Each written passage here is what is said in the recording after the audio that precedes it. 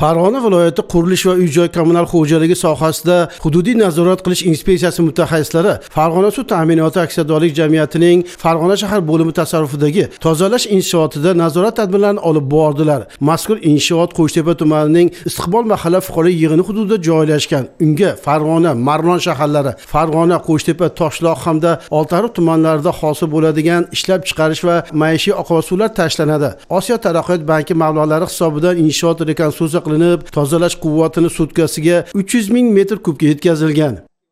Biz nazorat ishlarini olib borishdan maqsadimiz tozalash inshootiga kelayotgan oqova suvlarni tozalanish jarayoni o'sha belgilangan talablar asosida amalga oshirilyaptimi? Ular nazorat qilishdan iborat.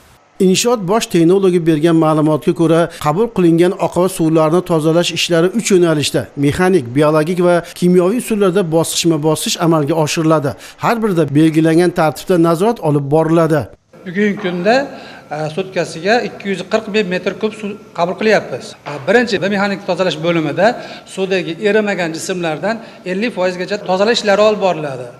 Ikkinchi biologik bo'limida suvdagi organik moddalar kislorod bilan to'yintirilib, mikroorganizmlar zararsizlashga mo'ljallangan. Uchinchi kimyoviy bo'limda osh tuzidan gipoklorid natriy, ya'ni suyultirilgan xlor ishlab chiqarib, hamda shu kelayotgan oqova suvlarga zararsizlantirish maqsadida ishlatamiz. 220 ming metr kub atrofida suv qoladi. Bu suvlar ochiq hovzalar orqali, zovurlar orqali Sirdaryoga borib quyiladi. Tartibga ko'ra kimyoviy vositalar bilan ishlaydigan korxonalarda lokal tozalash uskunasi tashkil etilib, hosil bo'layotgan oqova suvlar maxsus tozalovdan o'tkazilishi shart. So'ng markaziy oqova tizimiga tashlaniladi. Chunki ishlab chiqarish korxonalarida chiqayotgan oqova suvlarni o'sha o'zlarining hududlaridagi lokal tozalash inshootida tozalamaydigan bo'lsa, u kimyoviy vositalar oqova suv tarmog'i orqali tozalash inshootiga kelib, bu yerdagi o'sha tozalash siklining buzilishiga olib keladi. Buni natijasida tozalash inshootidagi biologik usulda tozalash jarayonidagi tirik organizmlar, illar bor, bularning nobud bo'lishiga olib keladi.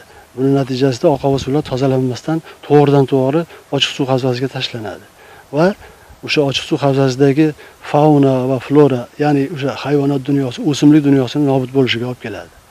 Joriy yilning o'tgan davri mobaynida 11 ta ishlab chiqarish korxonalari tomonidan o'sha hosil bo'layotgan oqova suvlar belgilangan me'yorlar darajasida tozalanmasdan oqova suv tarmog'iga tashlangan holda aniqlanib, O'zbekiston Respublikasi tadbirkorlik subyektlarini qonuniy huquqlarini himoya qilish biznes ombudsmani xabardor qilgan holda tekshirishlar amalga oshirildi. Amalga oshirilgan tekshirishlar natijasida shu mansabdor shaxslarga nisbatan 50 milliondan ziyod ma'muriy jarimalar qo'llanildi hamda o'sha Vazirlar Mahkamasining 820-sonli qaroriga asosan 70 million atrofida kompensatsiya to'lovlari hisoblandi. Belgilangan rejaga ko'ra hududiy nazorat inspeksiyasi mutaxassislari tomonidan bu kabi tadbirlar joylarda davom etmoqda.